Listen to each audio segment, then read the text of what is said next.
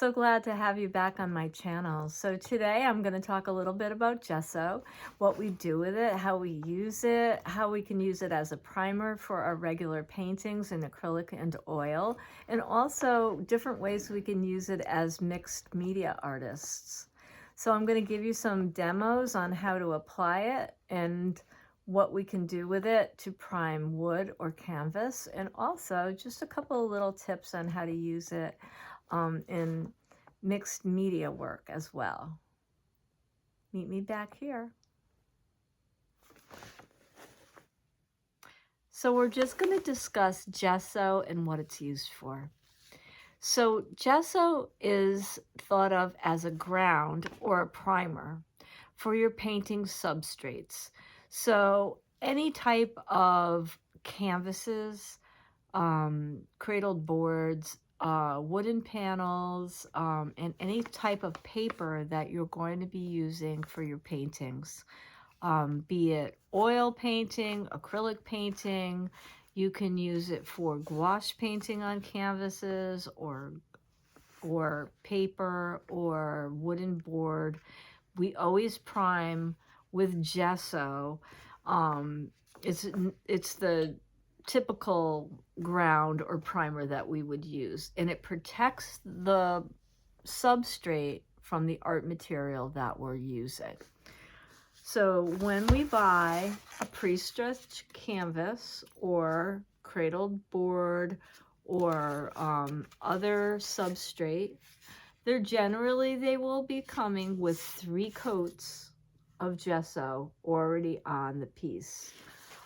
Some artists don't like the roughness of the pre-stretched canvases, so they will add additional coats of gesso. I usually prefer to add at least another coat or 2 or 3 even of my own gesso, sanding in between with a light or medium sandpaper until I have a really nice smooth surface. I really like a smooth surface. I generally paint on wooden board or panel, so I've gotten used to that really super smooth surface when I'm painting. But I still do really like to paint on canvas occasionally, so I will use the pre-stretched canvases. It's just easier for my life. So even though I do paint on wood, I do use them occasionally. So what it does is it does protect the canvas, the paper, or the wood from the oil or the acrylic paint that we're using. If we weren't to use it, say, and we were doing an oil painting, it could actually break down the fibers of the canvas, or it would soak into the wood too much in the primary layers, and it could actually break down the material that we're painting on, especially with a painting on paper or a painting on canvas, and then our work wouldn't last as long. So that's the primary reason that we prime with gesso. So in the next clip, I'm going to show you how I prime my wooden panels with gesso, because I do purchase those unprimed. So we're going to go from a raw surface on wood.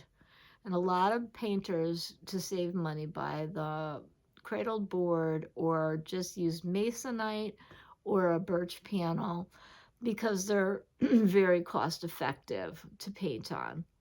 So meet me back here and I'll show you how I prime from a bare surface with the gesso. Okay, so now we're going to just apply. I like to just apply this gesso directly on, and I don't use too much. It's definitely one of those less is more type situations. So we want to, I like to distribute it around a little bit and then brush it out very evenly in one direction. And I want a thin coat on the whole thing, all going in one direction. I like a very even application. I like to do the sides of my cradled board because I do like to decorate the sides of my paintings and paint them. Some artists choose not to. I've seen people not do the sides before.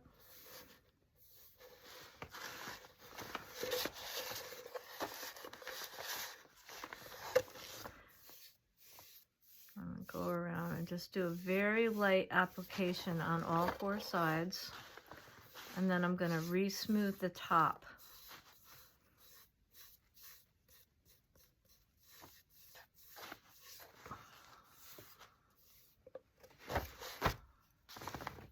Again, I want to do very smooth strokes, all going in the same direction, and I'm going for a very thin application on the top.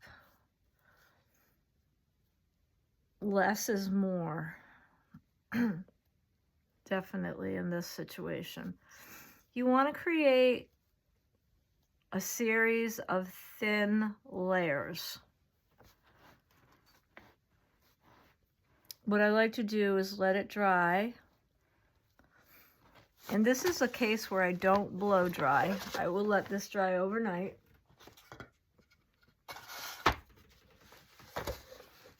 And then I'll come back and I'll do another coat. Now this one, you can see, has a very, very thin coat on it.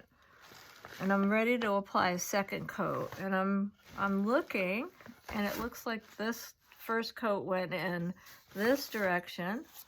So now I'm ready to apply the second coat. Getting to the end of my gesso here. Okay. And I'm going to, again, distribute it around. And now I'm going to go in this direction on this board and cradle panel. And I'm going to make a very thin, even coat. Now for the brush, I have a very soft 1-inch paintbrush. And you're going to have to just play around until you find one that you're happy with. I like a smooth brush that's softer than your typical acrylic painting brush, but one that doesn't shed hairs. And everybody is going to find their own favorite brush for this process. I really like to find one that doesn't leave ridges in the paint. And so I think you just have to kind of mess around until you find the one that's going to work best for you and your paint application. If I were working on a bigger canvas, I would get a similar brush, but a larger brush. But for these little boards or a small canvas, this brush works just great, and I have it for this purpose.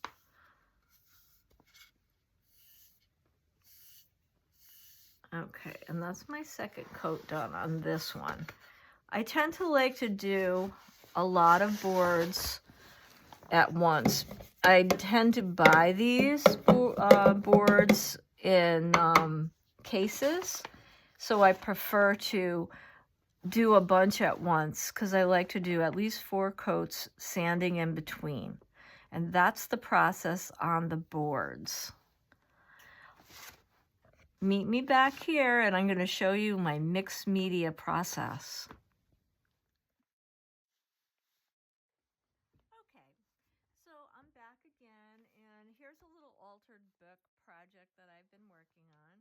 This is just a regular book that's been turned into an altered book. I'm going to do a little flip with you. So the cover has been painted, and these pages have been painted and collaged.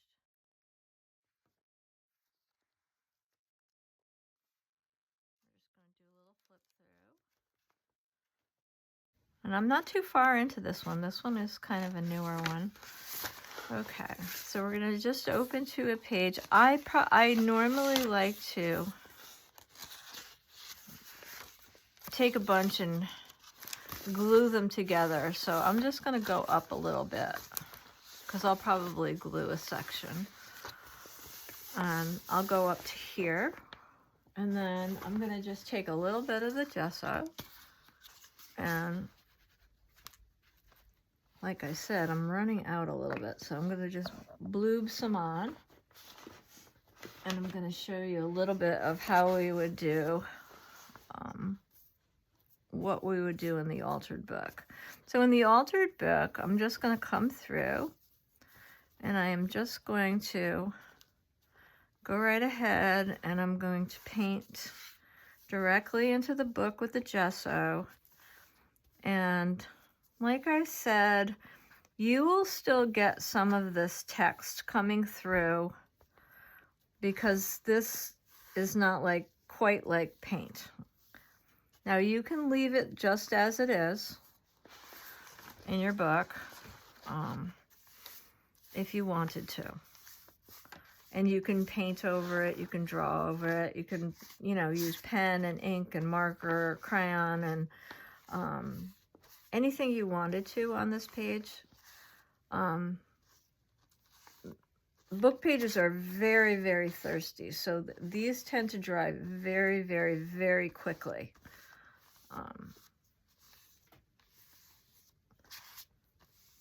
So you can almost immediately work another color over the gesso.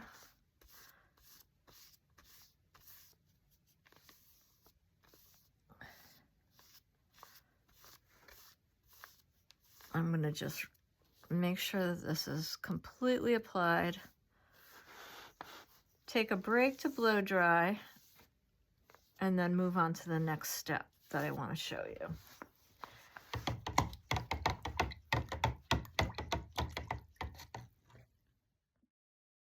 I do this very same process in my sketchbooks as well, and it really helps give the paper a little bit more of a barrier if I'm using something messy, like inks or watered down acrylic or even liquid acrylic. I don't want that to seep through to the next page, especially if I have a finished spread on the previous page or something. I don't want that to go through and ruin what I've already created or, you know, seep through to the next page. So this is how I would prepare that page before painting.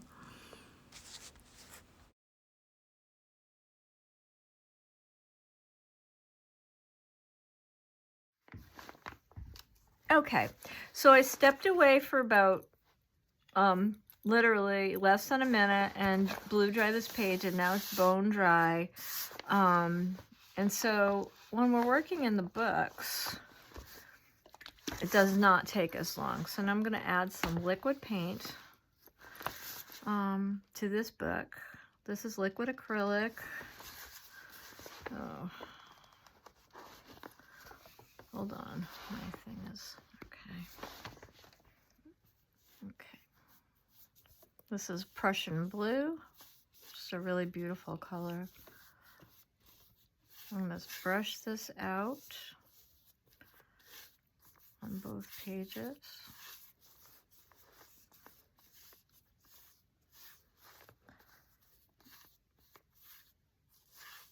I'm brushing it right over the gesso that I just put down. Now I have some of these, this is a catalyst blade, and these are texture blades that I have. Some of these are actually for pottery, but they work really great for mixed media. And I'm just going to pull them over the surface and get some texture onto some of these pages, because it's just really fun to do this. Okay, I think that's pretty cool.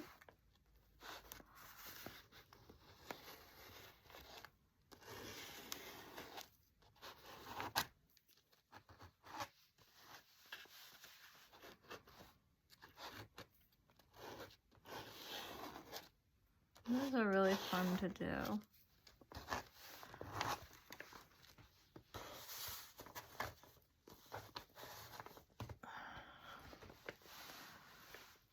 So you can see that the gesso has prevented any of this from like leaking through to the back side on both of these pages.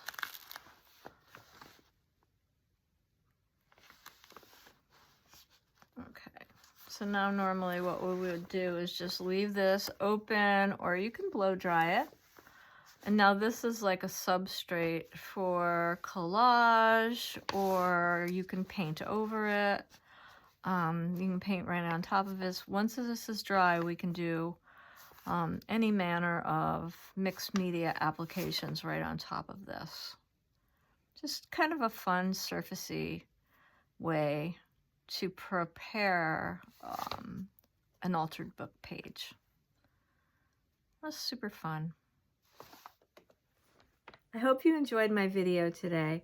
If you did, please consider hitting like and subscribing to my channel. Come back again soon.